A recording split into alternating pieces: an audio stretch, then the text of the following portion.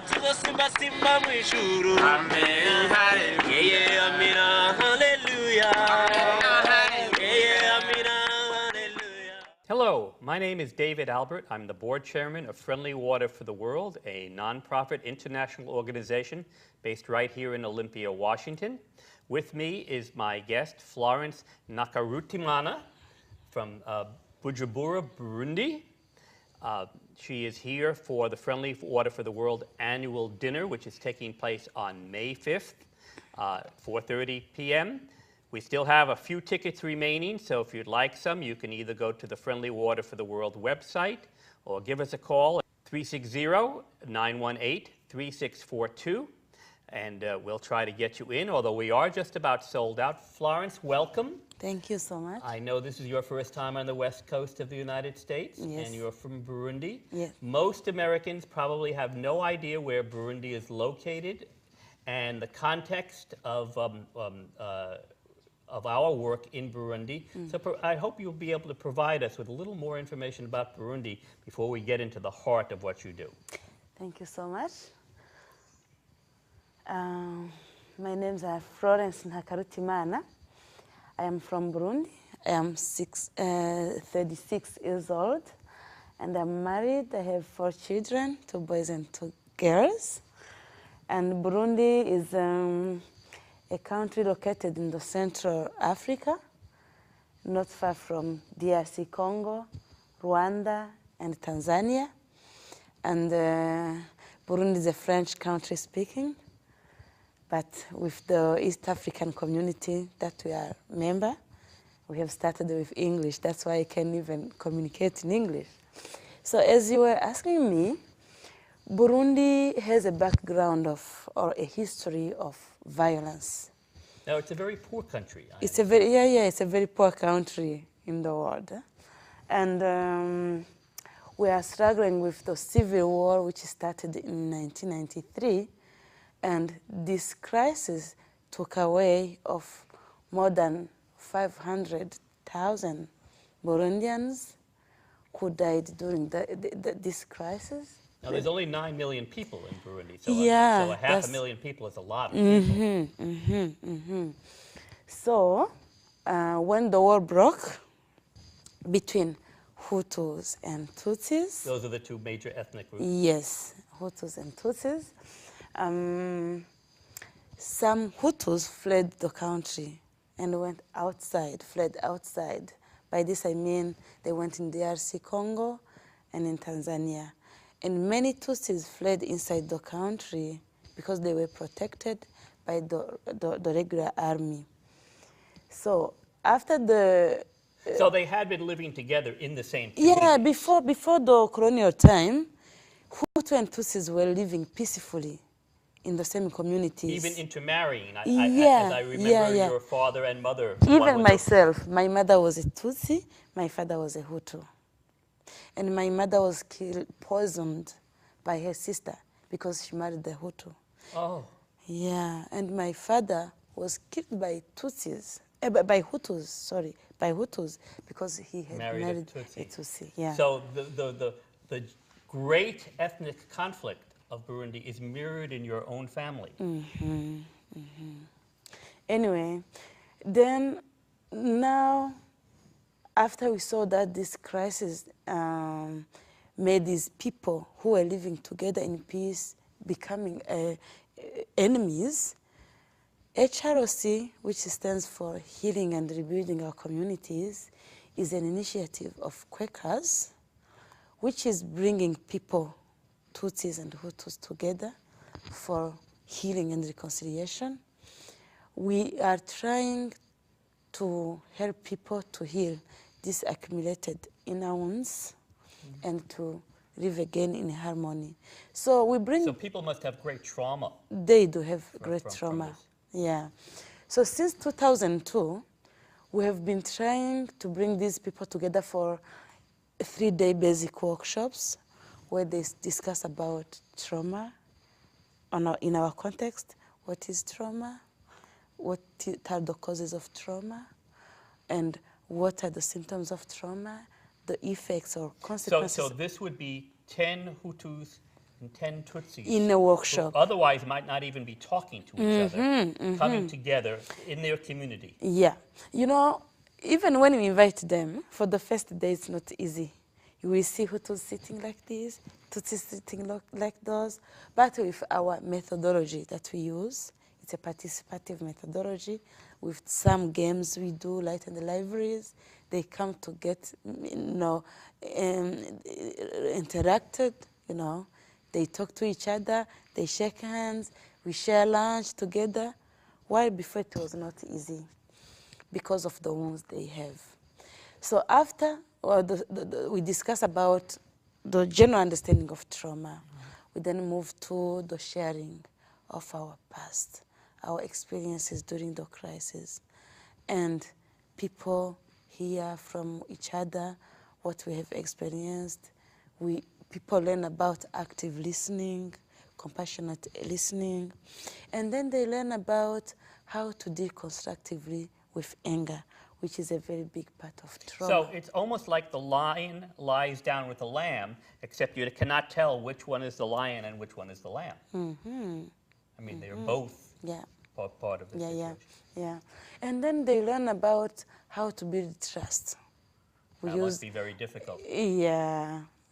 Trust building in the community. We use an illustration of a tree with the roots and fruits, There is a tree of mistrust with its roots. And a tree of trust. And a tree of trust. And we do a trust walk and many other games. So people learn about how to rebuild this trust which is broken. And then, after we finish these 3-day basic workshops, participants, decide themselves the way forward after coming together, after being together for these healing and reconciliation workshops. What can keep us, what can help us to stay together so that we strengthen these relationships which are restored. Now, you're working in some places which had almost complete destruction, like the hill community of Mutaho, where there had been 125,000 people and all the buildings were destroyed. That's true. Mutaho is one of the very first communities where we had these healing workshops. Oh, okay. Yes. And then, after participants in Mutaho told us, we need to stay together. They said, you see, now we have lack of clean water. And many people are dying of diarrhea, typhoid, cholera. I know that even right now there is cholera in Bujumbura. In Bujumbura, yes. In the capital city. Yeah, in these recent days, there are people who are dying of cholera. Now, again, Burundi is a very poor country. It's supposedly the second poorest country in Africa. And then you're working with the poorest people in the second poorest country in Africa. That's true. I know the United Nations says that there are about 143 deaths of children under 5 for every 1,000 born. But that includes all of the cities. In Mutaho, almost every family has a dead child from bad water. That's true. So we have come up... So you have trauma that continues, it's just a different kind of trauma. You will hear during the workshops, when people are just brainstorming about the causes of trauma, they would say war, but also death due to poverty, diseases due to poverty, and so on, including this kind of sicknesses. You know, it's interesting, in the entire world, more people have died from waterborne illnesses in the last decade than from all the wars in the world combined. Yeah. Even in Afghanistan, where the war has been going on, still more people die of bad water than die from the war. Yeah, same cases in Mutaho. Then Mutaho hosts the very biggest internally displaced people camp. A camp internally displaced people. In Mutaho, there is the largest IDP camp. So many people, many children, even adults die of waterborne diseases. Typhoid, bacterial dysentery, sometimes cholera. It's really... not easy to tell what is happening And in most our of the country. water is surface water. It's water from rivers or streams or mud small wells, pools. Yeah, so it's mostly surface water that are causing all of these deaths. Yeah, it's amazing. Even when there is no rain, you will see that the water is colored. And when there is rain, it's worse. So, fortunately, the friendly water for the world came to us. I mean, to us in Burundi as a savior, if I can say so. That's what people are telling us. You are the angel sent to us by God because of the biosand, the water filters we are talking about. Right. So the participants, as I was saying, after they finish these healing workshops, they say, let us stay together. And then the need of now is clean water. So let me explain how the filter works. But first, we started this program actually working with widows. Yes, Rema group. Right, so it's a group called REMA, means having hope. Having hope. And the widows, there were 54 widows and all their children. All the men had been killed in the wars. Yeah. And there were 54 widows. And the widows are Hutus and Tutsis together. Hutus and Tutsis together. And they had asked us whether we could come in to help them. And what we do is teach people. We don't actually provide, Friendly Water for the World doesn't provide any water filters. We teach people to make them themselves from local materials in workshops, and then you take the work forward. So, I mean, really, you are angels to each other. I see. But what we have here, this is a model biosand filter. A real one would be double this size and made of cement, but this kind of gives you, and actually this one works, although it's not been scientifically tested. But how it works is this. In the bottom, there will be two kinds of gravel, 1/2 and 1/4 inch gravel. Sand that we get from a quarry or from a high riverbank, and we sift it and clean it and sift it to a quite specific size, 0.7 millimeter. Then we would have 2 inches of really dirty water, the water that has in it cholera and typhoid, Giardia, Cryptosporidium, E. coli. All the nasty bacteria you can think of would be in that water. And then a metal diffuser plate. And we would take water from one of those horrible polluted rivers, throw it in the top, and as the new water rained down upon the old water, the large bacteria, cholera, typhoid are good examples, will cannibalize each other. And you will kill about 80% of your disease-causing bacteria right in the top in the water. And the bodies of the bacteria will form a layer on top of the sand. We call it the Schmutzdeck layer. It's also biologically active. Then as the water goes through the sand, even in the first 2 inches, that sand I described has sharp points and a slight electrical charge. And the viruses, like hepatitis A, I had it, by the way, in India in 1981, and rotavirus will glom onto the sand, catch onto the sand, and they cannot get off. And so they have no light, no air, no food, they die right there. Then the water goes through the filter, worms can't get through, protozoa and amoeba can't get through, more bacteria screened out. The water comes out about 1 liter per minute, 20 gallons a day, up to 99% pure of bacteria and viruses, 100% pure of worms, amoeba, and protozoa. It also takes out iron and manganese and can take out arsenic. And it will last for 30 years with almost no maintenance. Yeah. I do remember when Del and Susan came first. When Del came to teach you this for the first time? Yeah, in 2010. People in Burundi were like, is it true? What they're telling us is true? And then I remember one family. They said, okay, let's take that water and go and do some test or test the water. They test the water. They said, "Oh, now let us buy the filter," because they proved that the water. Would probably be the cleanest water in Burundi. Yeah. They said, "Oh, really? The water is clean," and then the family. One of the things that's interesting is the United Nations defines an improved water source as any water that comes out of a pipe. But the pipe water is often what gives people disease. I see. So it's really quite interesting. You know, Yeah, you can't even, you know, is, yeah. and we know we've actually done those same tests, and we've done them in Kenya and in Uganda, and we know that the water is clean and that it works for a long time. Yeah. So now the people who train Tutsis come together and build the filters. So the fact is that it's not just building the filters, you see? They are from different ethnicities which used to kill each other, and now they are together.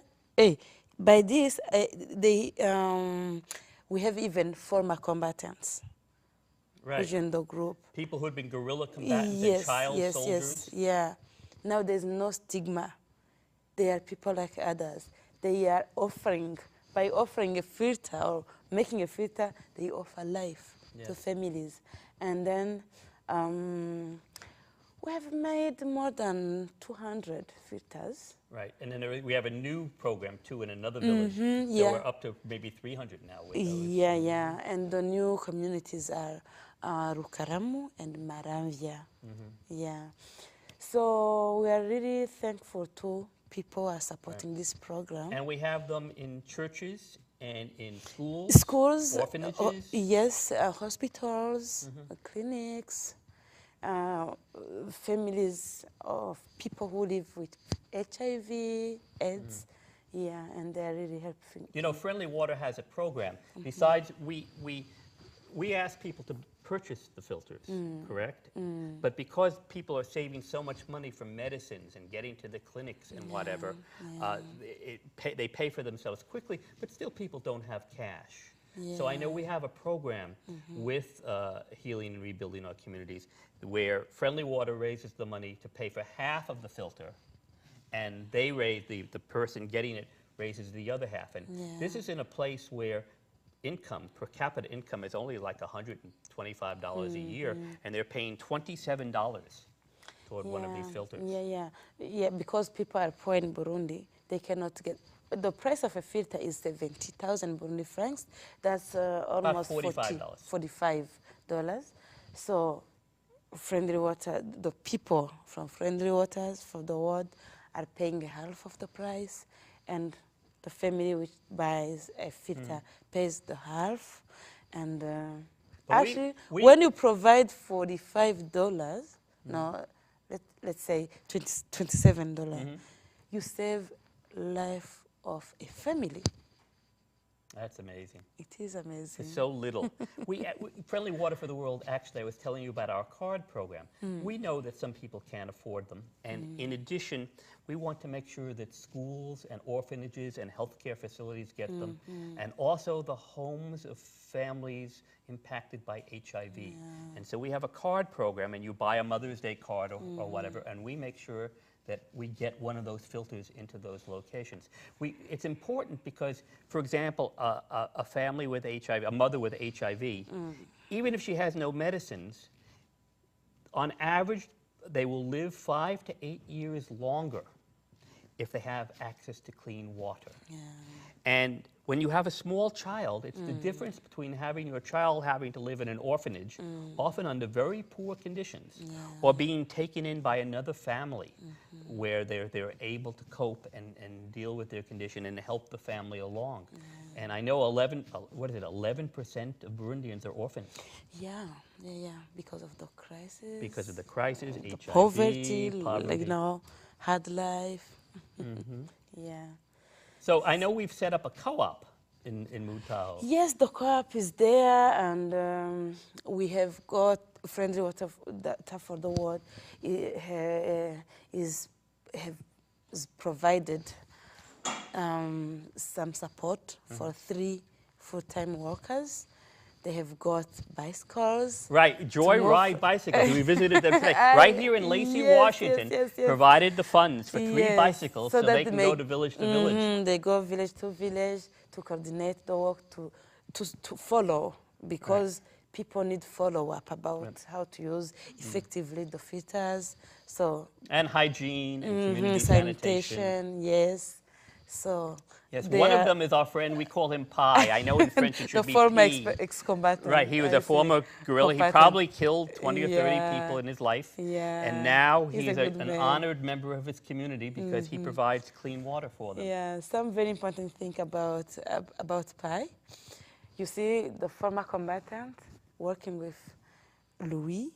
Louis is a Tutsi, but also from the family of Prince. You see what I mean by Prince? Prince, yes. In Kirundi they call Umuganwa. Okay, a royal family. Royal family. And then Celine, you see? It's a very nice group of Hutu, Tutsi, ex-combatants. When people see them in the community moving around together, carrying out the work together, they say, oh my goodness, HROC. Is bringing we pay them, I have to tell folks, harmony. We pay them so little. I mean, all we provide is for each of them $60 a month. Yeah. And for $60 a month, we can really do meaningful. Extraordinary work. It's really meaningful to us.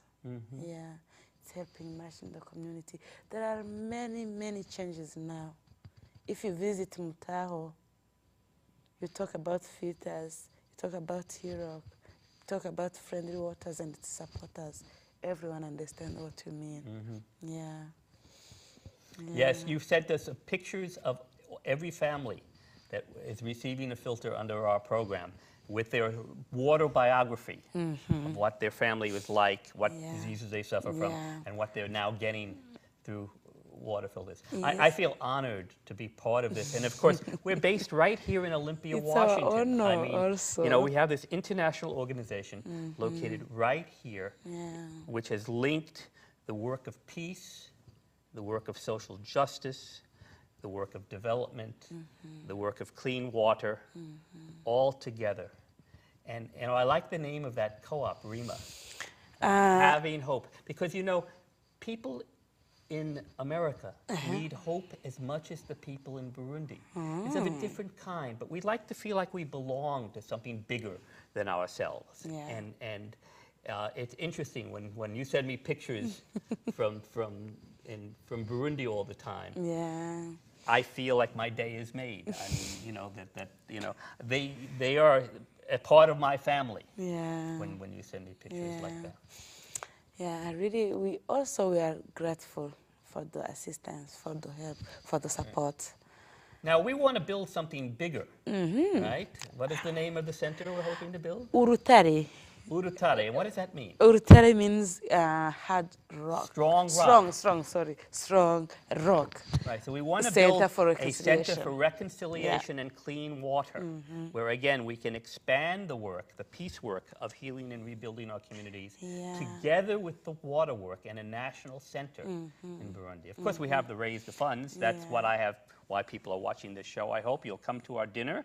May 5th, you'll hear more about the work. May 5th, it'll be at New Bridge Community Church. And we still have a few tickets, but you're going to have to get them soon. My phone number, and I think I'll get it right this time, is 918-3642. Or you can look up our website, www.friendlywater.net. And of course, Florence will be speaking there on women, water, and reconciliation. Yes. You haven't spoken about the women's role in this work. Actually, in Burundi, they believe that there is some work for men, like building houses and so on, and there are some work for women. So to see women involved in this project is something attracting the attention of everyone. And then... Because we trained women first, we trained the widows. Yes, the group of women.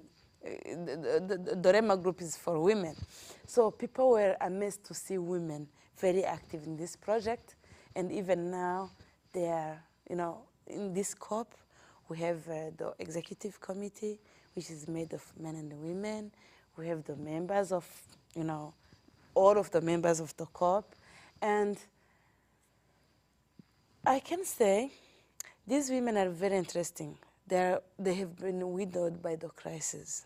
And they are together with even other women who still have husbands. And maybe those husbands were the killers of the their other yes, husbands, but together they reconciled and they are moving with life together. So this is in some way a laboratory of peace. Yes. I don't know of work like this happening anywhere else in the world. I mean, it's very interesting because, again, we don't hear in our news about Burundi at all, Yeah. but we have this wonderful laboratory of healing, of trauma healing. I know that the trauma healing work has now come to America, that the work in Burundi has been so amazing that Adrian Nyangabo, who was here last year with Friendly Water, has brought the trauma healing work. I know he's had workshops in New York and in Maryland, Yeah. teaching people working in neighborhoods which have many gangs, Yeah. killings in neighborhoods, working in prisons, that the work has actually spread from Burundi back to America. Yeah, we have held like 2 international training of trainers where some of the participants came from the US and in other parts of the world. Even soon in July, we'll be holding another training of trainers in Rwanda, in Gisenyi. I am one of the facilitators. We want, as you know, we want to do a program in Gisenyi. So. Yes, yes. So some people from the US will participate. And when they finish to participate, they then come and conduct some HROC basic workshops, healing basic workshops.